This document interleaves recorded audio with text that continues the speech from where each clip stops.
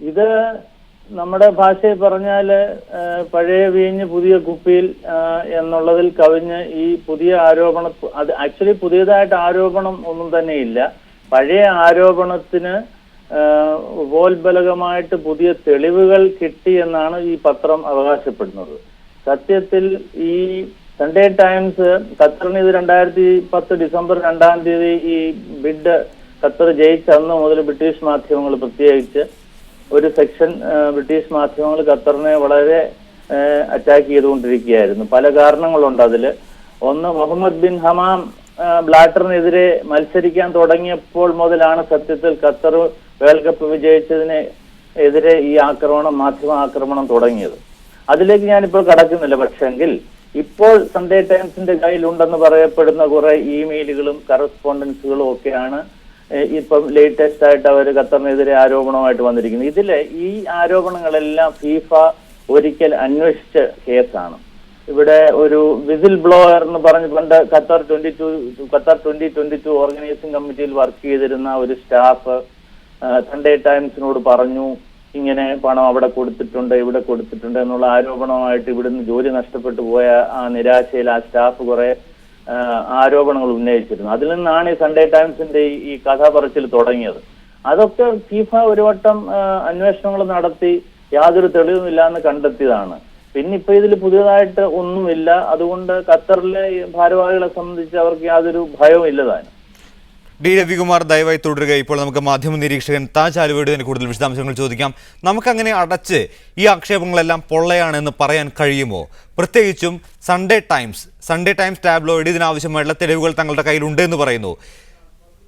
Qatar lobbying നടത്തിയതിൻ്റെ phone രേഖകൾ, bank ഇടപാടുകൾ, white മണിയായി ബാങ്ക് ട്രാൻസ്ഫറിലൂടെയാണ് പണം നൽകിയത് എന്ന് അവകാശപ്പെടുന്ന രേഖകൾ തങ്ങളുടെ കൈവശമുണ്ട് എന്ന് കാണിച്ചാണ് ഇപ്പോൾ അവർ വാർത്ത പുറത്തുവിട്ടിരിക്കുന്നത്.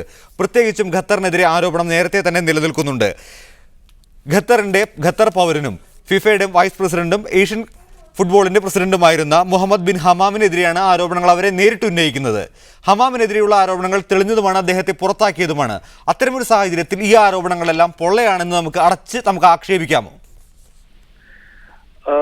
പൊള്ളയാണെന്ന് ആക്ഷേപിക്കുന്നതിന്റെ ഒന്ന് രണ്ട് അടിസ്ഥാനപരമായ നേരത്തെ എനിക്ക് മുമ്പ് സംസാരിച്ച സുഹൃത്ത് സൂചിപ്പിച്ചതുപോലെ അടിസ്ഥാനപരമായ ചില കാരണങ്ങളുണ്ട്. ഒന്ന്, 2010 ഡിസംബറിൽ ഖത്തറിന് ഈ ബിഡ് കിട്ടിയത് മുതൽ തന്നെ വളരെ സിസ്റ്റമാറ്റിക് ആയിട്ട്, വളരെ ആസൂത്രിതമായ ഒരു ക്യാമ്പയിൻ ഖത്തറിനെതിരെയും ഖത്തറിലെ ഇത്തരം ഉദ്യോഗസ്ഥന്മാർക്കെതിരെയൊക്കെയുള്ള ഒരു ക്യാമ്പയിൻ തന്നെ വളരെ കൺസെർട്ടഡ് ആയിട്ട് നടത്തിയതായിട്ട് നമുക്ക് കാണാൻ സാധിക്കും. അതില് ആദ്യം അവർ കൊണ്ടുവന്ന ഒരു സംഗതിയാണ് ചൂട് കാലത്ത് ഇവിടെ ഇത് പറ്റില്ല എന്ന് പറഞ്ഞിട്ട്. അപ്പൊ അതിനെ സംബന്ധിച്ച് ഖത്തർ വളരെ ശക്തമായ നിലപാടെടുത്തു. ചൂട് കാലത്ത് ഇവിടെ വേൾഡ് കപ്പ് നടത്തുന്നതിനുള്ള പരിശ്രമങ്ങൾ നമ്മൾ ചെയ്യും, അതിനുള്ള അടിസ്ഥാന സൗകര്യങ്ങൾ ഒരുക്കും എന്നൊക്കെ പറഞ്ഞ് അതിനെ വളരെ വിദഗ്ധമായി നേരിട്ടപ്പോൾ പിന്നീട് ഉന്നയിച്ച ഒരു പ്രശ്നം ഇവിടുത്തെ അടിമവൃത്തി നടക്കുന്നു, അല്ലെങ്കിൽ തൊഴിലാളികളെ മനുഷ്യത്വരഹിതമായി പണിയെടുപ്പിക്കുന്നു, 450 ഇന്ത്യക്കാർ 2 വർഷത്തിനുള്ളിൽ മരിച്ചു കൺസ്ട്രക്ഷൻ സൈറ്റുകളിൽ എന്നൊക്കെ പറഞ്ഞ് വളരെ അടിസ്ഥാനരഹിതം. അത് ഇന്ത്യൻ എംബസി തന്നെ മുന്നിട്ട് വന്ന് അതിന് ആ ആരോപണത്തെ എതിർക്കുകയും അത് വളരെ സ്വാഭാവികമായ മരണങ്ങളാണ് സംഭവിച്ചത് എന്ന് പറയുമ്പോൾ അത്തരം വളരെ ശക്തമായി അതിനെ നിഷേധിച്ചിട്ട് അതൊന്നും കാണാതെ മാധ്യമങ്ങൾ വീണ്ടും ഇവിടുത്തെ ലേബർ ആ നിയമങ്ങളെ കുറിച്ച് ഒരുപാട് പരാതികൾ നേരത്തെ നിലനിൽക്കുന്നുണ്ട് എന്ന് മനസ്സിലാക്കിക്കൊണ്ട് തന്നെ പറയട്ടെ, അത് പരിഹരിക്കാൻ ഖത്തർ ഗവൺമെന്റ് ഒരുപാട് നിർദ്ദേശങ്ങൾ മുന്നോട്ട് വെക്കുകയും ആ അടിസ്ഥാനത്തിൽ അതിനെ മുന്നോട്ട് പോവുകയും ചെയ്തുകൊണ്ടിരിക്കുമ്പോൾ ഇങ്ങനെ ഞാൻ പറഞ്ഞു വരുന്നത് എന്താ വെച്ചാൽ ഒരു നിരന്തരം ആരോപണങ്ങൾ ഈ വേൾഡ് കപ്പ് ഖത്തർ നേടിയതിനെ ചൊല്ലി, വേൾഡ് കപ്പ് അതിനുള്ള ആതിഥ്യം വഹിക്കാനുള്ള അവകാശം നേടിയതിനെ ചൊല്ലി ഇങ്ങനെ നിരന്തരം ആരോപണങ്ങൾ അഴിച്ചുവിടുന്നതിന്റെ തുടർച്ചയായിട്ട് അവസാനം എത്തി നിൽക്കുന്ന ഒരു പോയിന്റിലാണ് നമ്മളിപ്പോ ഈ കാര്യങ്ങൾ ചർച്ച ചെയ്യുന്നത്. അവിടെ നമ്മൾ മനസ്സിലാക്കുന്നു രേഖകൾ കിട്ടി എന്ന് പറയുന്നു. ആഫ്രിക്കൻ ഉദ്യോഗസ്ഥന്മാർക്ക് കൊടുത്തു എന്നാണ് പറയുന്നത്. ആഫ്രിക്കയിൽ നിന്നുള്ള ഫിഫ ഉദ്യോഗസ്ഥന്മാർക്ക്. ഇവിടെ 2 പ്രധാനപ്പെട്ട പ്രശ്നങ്ങളുണ്ട്. ഒന്ന്, ആഫ്രിക്കൻ ഉദ്യോഗസ്ഥന്മാർ മാത്രമല്ല ഈ പറഞ്ഞ റൈറ്റ്സ് നിശ്ചയിക്കുന്നത്. അതിൽ യൂറോപ്യൻസ് ഉണ്ട്, അമേരിക്കൻസ് ഉണ്ട്, ലാറ്റിൻ അമേരിക്കയിൽ നിന്നുള്ള ആളുകളുണ്ട്, ഏഷ്യയിൽ നിന്നുള്ള മറ്റുള്ളവരുണ്ട്. അപ്പോൾ ആഫ്രിക്കക്കാരെ മാത്രം സ്വാധീനിച്ചാൽ ഇത് നടക്കുമോ? അങ്ങനെ ഒരു ചോദ്യം. 2, മുഹമ്മദ് ബിൻ ഹമാമിനെ കുറിച്ച്, അദ്ദേഹത്തെ കുറിച്ച് തന്നെ ഖത്തർ ഔദ്യോഗികമായി ഖത്തറിലെ 2022 കമ്മിറ്റി തന്നെ പുറത്തുവിട്ടത് അദ്ദേഹം ഈ ഒരു അർത്ഥത്തിലും ഒരു ഘട്ടത്തിലും ഖത്തർ 2022 ബിഡിൽ അദ്ദേഹം ഒരു റോളും വഹിച്ചിട്ടില്ല എന്നുള്ള അർത്ഥത്തിലാണ് അവർ പറയുന്നത്. ഇനി മാത്രവുമല്ല, നാളെ ചേരാനിരിക്കുന്ന ഫിഫയുടെ എത്തിക്സ് കമ്മിറ്റിയുടെ പബ്ലിക് പ്രോസിക്യൂട്ടർ മൈക്കൽ കാഷ്യ ഇത്തരം ആരോപണങ്ങൾ നേരത്തെ എന്റെ സുഹൃത്ത് സൂചിപ്പിച്ചതുപോലെ ഇതിനെ അന്വേഷിച്ചതും ഇനി നാളെ ഈ ഖത്തർ ഉദ്യോഗസ്ഥന്മാരുമായിട്ട് മീറ്റ് ചെയ്യാനിരിക്കുകയുമാണ്. ഇങ്ങനെയുള്ള ഒരു വളരെ നീണ്ട ഒരു പ്രോസസ്സിൽ ഇത് ഒരുപാട് പ്രാവശ്യം തള്ളപ്പെട്ട ഈ സംഗതികളെ വീണ്ടും വീണ്ടും തെളിവുകൾ ഉണ്ട് എന്ന് പറഞ്ഞുകൊണ്ട് ഒരു പൊള്ളയായ അവകാശവാദങ്ങൾ ഉന്നയിക്കുമ്പോൾ അതിൽ വളരെ ആസൂത്രിതമായ ഒരു ഗൂഢാലോചന നമ്മൾ തീർച്ചയായിട്ടും ദർശിക്കേണ്ടിയിരിക്കുന്നു. തീർച്ചയായിട്ടും താജാലുവ ദയവായി തുടരുക. അങ്ങനെ ഒരു നമുക്കും സംശയിക്കാൻ സാഹചര്യങ്ങളുണ്ട്. ഒപ്പം നമുക്ക് ശ്രീ CP രവീന്ദ്രനോട് ചോദിക്കാം. ഇപ്രാവശ്യം സൺഡേ ടൈംസ് രംഗത്തെത്തിയിരിക്കുന്നത് തെളിവുകൾ ഉണ്ടാവാർ അതിനുള്ള ആവശ്യമായിട്ടുള്ള ഘടകങ്ങളും പുറത്തുവിടുന്നുണ്ട്. ആഫ്രിക്കൻ രാജ്യങ്ങൾക്ക് വഴിവിട്ട് സഹായം നൽകി. ഒപ്പം ഫിഫ എക്സിക്യൂട്ടീവ് അംഗം റെയ്നാൾഡ് ടെർമിനലിന് 3 ലക്ഷം യൂറോ, ഏകദേശം 2.5 കോടി രൂപ നൽകിയെന്ന് സൺഡേ ടൈംസ് പറയുന്നു. മാത്രമല്ല താഹിദിയുടെ പ്രതിനിധിക്കും പണം നൽകി. താഹിയുടെ പ്രതിനിധിക്ക് പണം നൽകിയത് ഫിഫ വൈസ് പ്രസിഡന്റ് കൂടിയായിരുന്ന ജാക്ക് വെർണർക്ക് ഏകദേശം $16 ലക്ഷം, 10 കോടിയോളം രൂപ സഹായം നൽകി. സഹായം എന്നുള്ളത് ലോബിയിങ്ങിന് ആവശ്യമായിട്ടുള്ള പണം നൽകി. ഇവർ പണം നൽകിയ പല രാജ്യങ്ങൾക്കും വോട്ട് ചെയ്യുന്നതിനുള്ള അംഗീകാരമില്ല. പക്ഷേ ഇതിനുള്ളൊരു ആംബിയൻസ് ഉണ്ടാക്കുന്നതിന് വേണ്ടി, ഇത്തരത്തിൽ ഖത്തറിന് അനുകൂലമായ ഒരു ആംബിയൻസ് ഉണ്ടാക്കുന്നതിന് വേണ്ടി അംഗത്വമല്ലാത്ത പല രാജ്യങ്ങൾക്കും പണം നൽകിയെന്നാണ് സൺഡേ ടൈംസ് ആരോപിക്കുന്നത്. ഇത്രയും കൃത്യമായിട്ടുള്ള തെളിവുകൾ അവർ പുറത്തുവിടുമ്പോൾ ലോബിയിങ് നടന്നിട്ടില്ല എന്ന് നമുക്ക് തീർത്ത് പറയാനാകുമോ? ഇതിലിപ്പോ കുറച്ചു നേരം മുമ്പ് ഖത്തർ വളരെ ഔദ്യോഗികപരമായിട്ട് ഇതിനോട് റെസ്പോണ്ട് ചെയ്തു. അവർ പറഞ്ഞത് ഇത് ഓർഗനൈസ് ചെയ്യുന്നത് Qatar legacy supreme committee for delivery and legacy എന്ന് പറഞ്ഞൊരു കമ്മിറ്റിയാണ് നമ്മുടെ ഈ ഇവിടുത്തെ വേൾഡ് കപ്പ് ഓർഗനൈസ് ചെയ്യുന്നത്. അവര് പറഞ്ഞത് മുഹമ്മദ് ബിൻ ഹമാം ഖത്തറിന്റെ വേൾഡ് കപ്പ് കിട്ടുന്നതിൽ യാതൊരു പങ്കും വഹിച്ചിട്ടില്ല എന്നാണ് പ്രധാനപ്പെട്ട ഒരു പോയിന്റ്. രണ്ടാമത്, അവർക്ക് ഈ Mohammed bin Hammam FIFA executive committee member ആയതുകൊണ്ട് മുഹമ്മദ് ബിൻ ഹമാമിനെയും കൂടി ഇത് കൺവിൻസ് ചെയ്യണം. ഖത്തറിന് ഈ ബിഡ് കിട്ടുന്നതിന് Mohammed bin Hammam executive committee member ആയതുകൊണ്ട് അദ്ദേഹത്തെ കൂടി കൺവിൻസ് ചെയ്യേണ്ട ആവശ്യമുണ്ട് ഖത്തറിന്. അപ്പൊ അദ്ദേഹം ആ ഫിഫ എക്സിക്യൂട്ടീവ് കമ്മിറ്റി മെമ്പർ ആയിരുന്നു ആ സമയത്ത് അതുകൊണ്ട് അയാളെ കൂടി കൺവിൻസ് ചെയ്യുന്നുണ്ട്, അദ്ദേഹത്തെ കൺവിൻസ് ചെയ്യേണ്ട ഒരു ആവശ്യം ഖത്തറിനുണ്ടായിരുന്നു. അപ്പൊ ഇതിലെ മുഹമ്മദ് ബിൻ ഹമാം ഖത്തറിന് വേണ്ടിയിട്ട് ലോബി ചെയ്തിട്ട് ചെയ്യേണ്ട ഒരു കാര്യമില്ല. കാരണം ഖത്തറിന് വേണ്ടി പ്രവർത്തിച്ച ഒരു മനുഷ്യനല്ല അദ്ദേഹം ഫിഫയ്ക്ക് വേണ്ടി വർക്ക് ചെയ്യുന്ന ഒരു മനുഷ്യനാണ്. അതുകൊണ്ട് ഈ പറയുന്നതിൽ യാതൊരുവിധ കാമ്പുമുണ്ടെന്ന് നമുക്ക് തോന്നുന്നില്ല. ഇവിടുന്ന് ഖത്തറിന്ന് നോക്കുന്ന സമയത്ത് ഖത്തറിനെ നിരന്തരമായി നടത്തിക്കൊണ്ടിരിക്കുന്ന ഒരു കമ്പയിന്റെ ഭാഗമായിട്ട് ഇതിനും കണക്കാക്കാൻ പറ്റുള്ളൂ. ഇതിന് പ്രത്യേകിച്ച് ഒരു പുതിയ വല്ല ഇൻഫർമേഷൻ ഉണ്ടെന്ന് എനിക്ക് തോന്നുന്നില്ല.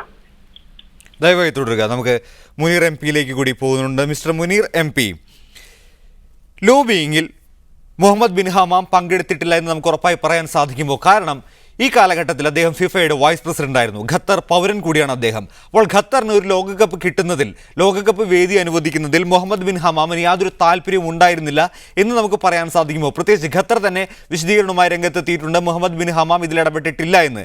എങ്കിൽ തന്നെയും ഖത്തർ പൗരനായ ഒരാൾ ഫിഫ വൈസ് പ്രസിഡന്റ് ആയിരിക്കെ തൻ്റെ രാജ്യത്തിന് ഇത്രയും വലിയ ഒരു പദ്ധതി അനുവദിച്ചു കിട്ടുമ്പോൾ അതിൽ ഇടപെടാതിരിക്കാൻ സാധ്യതയുണ്ടോ?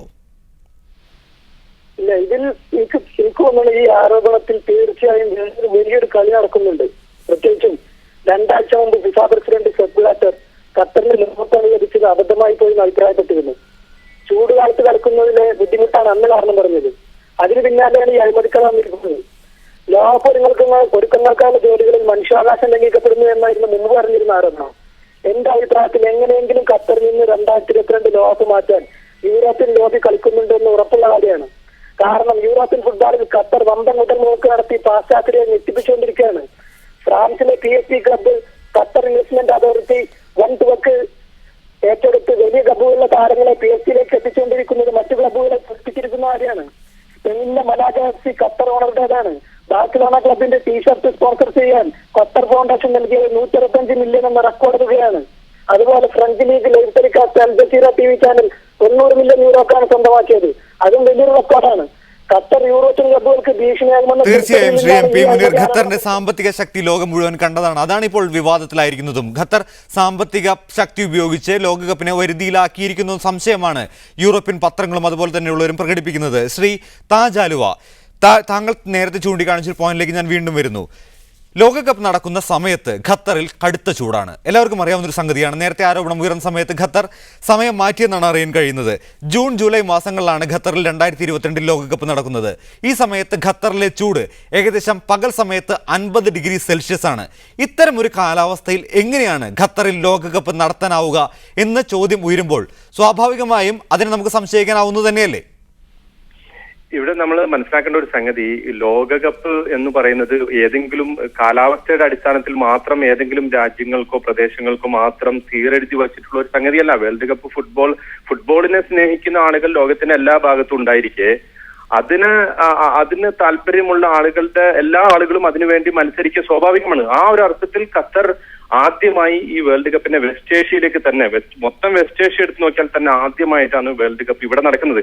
അപ്പൊ ഇവിടെ നല്ലൊരു ഫുട്ബോളിനെ സ്നേഹിക്കുന്ന ഇത്രയധികം ആരാധിക്കുന്ന ഒരു ജനങ്ങൾ ഇവിടെ ഉണ്ടായിരിക്കെ, ഫുട്ബോളിനോട് ഇത്രയധികം ആഗ്രഹം പുലർത്തുന്ന ആളുകൾ ഇവിടെ ഉണ്ടായിരിക്കെ, അവർക്ക് ഇങ്ങനെ ഒരു വേദി അനുവദിച്ചു കൊടുക്കുക എന്നുള്ളത് തികച്ചും ന്യായമായ ഒരു അവകാശമാണ്.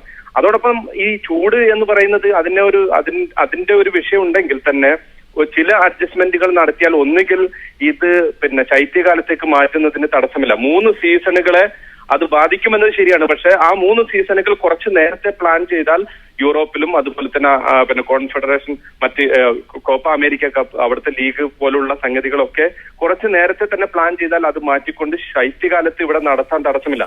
പക്ഷെ ഖത്തർ ആവർത്തിച്ചു പറയുന്നു വേനൽക്കാലത്ത് നടത്താൻ ഞങ്ങൾ തയ്യാറാണ്. അവിടെ പ്രശ്നം ഉണ്ടാകുക വേൾഡ് കപ്പ് സ്റ്റേഡിയങ്ങളിൽ പ്രശ്നം ഉണ്ടാവില്ല, അതുപോലെ കളി നടക്കുന്ന കളിക്കാരുടെ അവരുടെ ആരോഗ്യത്തിന് പ്രശ്നം ഉണ്ടാവില്ല. പക്ഷെ കാണികളായ ആളുകൾക്ക് അങ്ങോട്ടും ഇങ്ങോട്ടും അവരുടെ സഞ്ചാരത്തിന് ഒരു പക്ഷേ ഈ ചൂട് ഇത്തിരി തടസ്സമായേക്കാം എന്നതൊഴിച്ചാൽ മറ്റൊരു പ്രശ്നമില്ലാതെ തന്നെ ഇത് ഇവിടെ സംഘടിപ്പിക്കാൻ ഞങ്ങൾ തയ്യാറാണ്. അതിനുവേണ്ടി ഇൻവെസ്റ്റ്മെന്റ് എത്ര തന്നെ വന്നാലും അത് ചെയ്യാൻ ഞങ്ങൾ തയ്യാറാണ് എന്ന് ഖത്തർ പറയുമ്പോൾ ഇതുകൂടി കണക്കിലെടുത്താണ് എല്ലാ ഫിഫ അംഗങ്ങളും അല്ലെങ്കിൽ ഭൂരിപക്ഷം ഫിഫ അംഗങ്ങളും ഇതിനെ അനുകൂലിച്ചത്. ഇപ്പൊ വീണ്ടും അത് ഉയർത്തുമ്പോൾ അത് ഉന്നയിക്കുന്ന പ്രശ്നങ്ങൾ ഞാൻ നേരത്തെ സൂചിപ്പിച്ചതുപോലെ വളരെ കൺസെർട്ടഡ് ആയിട്ടുള്ള ക്യാമ്പയിൻ ഇപ്പൊ നമ്മൾ കാണാൻ സാധിക്കുന്നു. ഈ പാശ്ചാത്യ മാധ്യമങ്ങളാണ് വാസ്തവത്തിൽ അതിൽ പ്രത്യേകിച്ച് നമുക്ക് ഇംഗ്ലണ്ടിലെ മാധ്യമങ്ങൾ, UK, ബ്രിട്ടനിലെ മാധ്യമങ്ങൾ അവർക്ക് 2018 വേൾഡ് കപ്പ് റഷ്യയോട് പരാജയപ്പെട്ടു. അപ്പോൾ റഷ്യക്കെതിരെ കുറച്ച് ആരോപണങ്ങൾ ഉന്നയിച്ചു നോക്കി. പക്ഷെ അവിടെ പിടിച്ചു നിൽക്കുന്നില്ല എന്ന് കണ്ടു കഴിഞ്ഞപ്പോ നേരെ ഖത്തറിനെതിരെ തിരിഞ്ഞു. വാസ്തവത്തിൽ ഖത്തറിനെതിരെ തിരിയേണ്ടിയിരുന്നത് USA, ഓസ്ട്രേലിയ, ജപ്പാൻ പോലുള്ള രാജ്യങ്ങളിലെ പത്രങ്ങളോ അല്ലെങ്കിൽ അവിടുത്തെ ലോബിയങ്ങളുമാണ്. പക്ഷെ ഇവിടെ നമ്മൾ മനസ്സിലാക്കുന്നു ഒരർത്ഥത്തിൽ ഒരു ഇത്തരം വെസ്റ്റ് ഏഷ്യൻ രാജ്യങ്ങളോടുള്ള ഒരു പുച്ഛം, അതല്ലെങ്കിൽ ഇവിടുത്തെ ആളുകളെ ആ അർത്ഥത്തിൽ ഒരു വകവെക്കായ്മ, അവരുടെ സാമ്പത്തിക ശക്തിയെ കുറിച്ചുള്ള വളരെ ഒരു ദോഷൈക ദൃക്കോട് കൂടിയിട്ടുള്ള അതിന്റെ നോട്ടം, ഇതൊക്കെയാണ് വാസ്തവത്തിൽ ഒരു അസൂയയിൽ നിന്ന് തന്നെ വരുന്നതാണ് ഇത്തരം ആക്രമണങ്ങൾ എന്ന് നമുക്ക് തീർച്ചയായിട്ടും കാണാവുന്നതാണ്.